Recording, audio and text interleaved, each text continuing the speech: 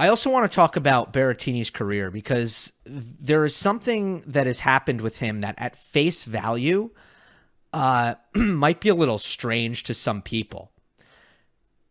And it's the fact that he's won 4 career titles on clay and now 4 career titles on grass. And clay and grass being on polar opposites of speed, I did get a question in the mailbag last week. What's up with that?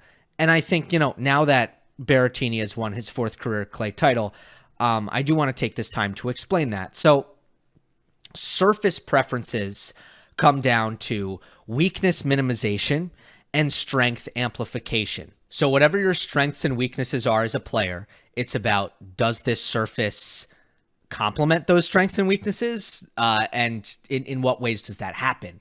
The thing is with Berrettini, grass and clay both work for different reasons when it comes to weakness minimization and strength amplification.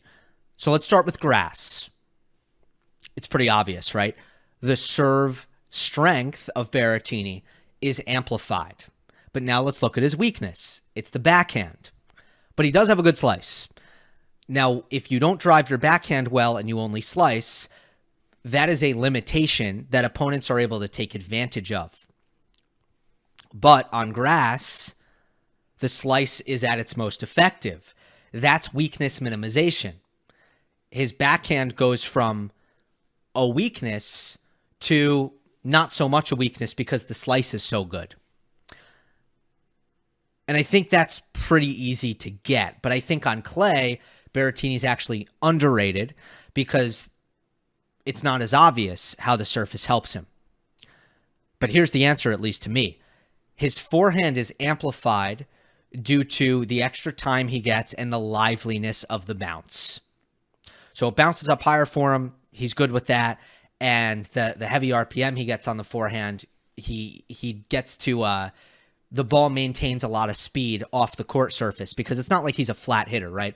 This isn't a guy like who has a huge forehand like Del Potro and it's flat. It's a huge forehand more like Nadal's huge forehand. There's a lot of revolutions, so he does get a good jump off of the clay court. So that's how the clay amplifies his forehand strength. It also minimizes his backhand weakness. How so? It's a different reason than the grass. It's because the court slows down the ball enough that Berrettini gets to hit extra forehands. So if you hit less backhands, if you don't have to hit as many backhands, that's a form of weakness minimization. You don't have to hit as many. And then obviously he can cheat even more to his left because it's easy even for him to recover to the deuce side because you have extra time because the ball's not moving through the court as quickly. So you're going to hit, any player is going to hit more forehands on clay. Any player who looks to run around is going to hit more forehands on clay. And on a quicker surface like a fast hard court, much more backhands, less forehands.